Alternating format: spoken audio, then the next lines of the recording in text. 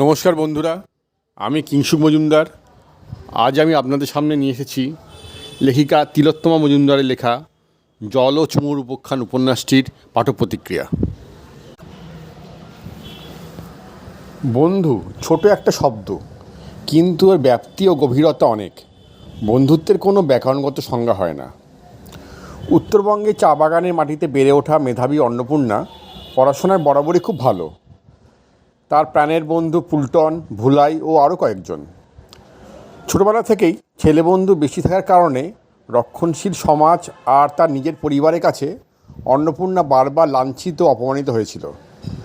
বয়ঃসন্ধিতে অন্নপূর্ণা ভালোবাসল সুকল্যাণকে, কিন্তু সে প্রেম পরিণতি পাওয়ার আগেই হারিয়ে যায়। মাধ্যমিকে অন্নপূর্ণা জেলায় তৃতীয় স্থান পায়। তারপর অন্নপূর্ণা তার ছোটোবেলার বন্ধুদের ছেড়ে চলে যায় সদর শহরে বড় স্কুলে। সমাজ আর জীবনের বৃহত্তর ভিন্ন অর্থ তার কাছে উন্মোচিত হতে থাকে। মাধ্যমিকের পর থেকেই তার পরিবারের, বিশেষত তার বাবার, মেয়ের জীবন নিয়ে একের পর এক নেওয়া ভুল সিদ্ধান্ত, দম্ভ অহংকারে কলুষিত মন, মেয়ের উপর তার বন্ধুদের ও শিক্ষককে নিয়ে করা ভ্রান্ত সন্দেহ এবং মেয়েকে নোংরা ভাষায় অপমান করে লেখা একটি চিঠি অন্নপূর্ণাকে মানসিকভাবে বিধ্বস্ত করে দেয়। এরপর অন্নপূর্ণা তার দাদার কাছ থেকে পেল যৌন নিপীড়ন।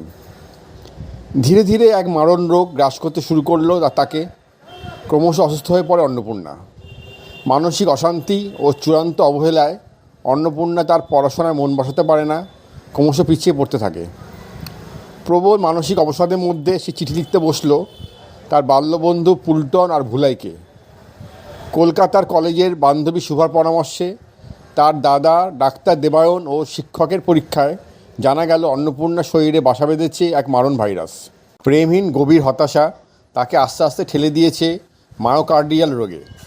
কিন্তু 19 বছর বয়সের জীবনে শেষ অধ্যায় এসে অন্নপূর্ণা দেবায়নের সান্নিধ্যে যেন জীবনে নতুন মানে খুঁজে পায়।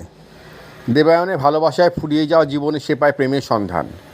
মৃত্যুর মুখে দাঁড়িয়ে অন্নপূর্ণা পায় জীবনের প্রথম প্রেমজ চুমুর স্বাদ।